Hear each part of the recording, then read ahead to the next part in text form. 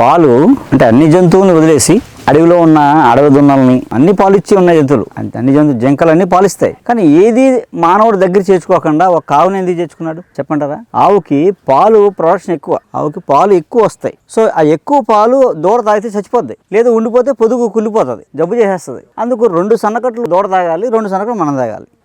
ఆ పాలు తాగడం వల్ల ఆ పాల వల్ల మజ్జిగి అంటే మనకి వాత పిత్త కఫాలు ఇన్బ్యాలెన్స్ అవ్వకుండా ఉండడానికి ఇప్పుడు నెయ్యి వల్ల వాతావరణం మన ఆరోగ్యం ప్లస్ హోమాలైట్లు వాడడం వల్ల వాతావరణం 2 పిడక మనం పొయ్యిలో పెట్టుకోవడం వల్ల మనకి వంట 2 పంట 2 వాతావరణం శుభ్రం అవడం, ఇలా ఎన్నో ఉపయోగాలు ఉన్నాయి ఆవు వల్ల. అందుకు ఆవుని మనం దగ్గర చేర్చుకున్నాం.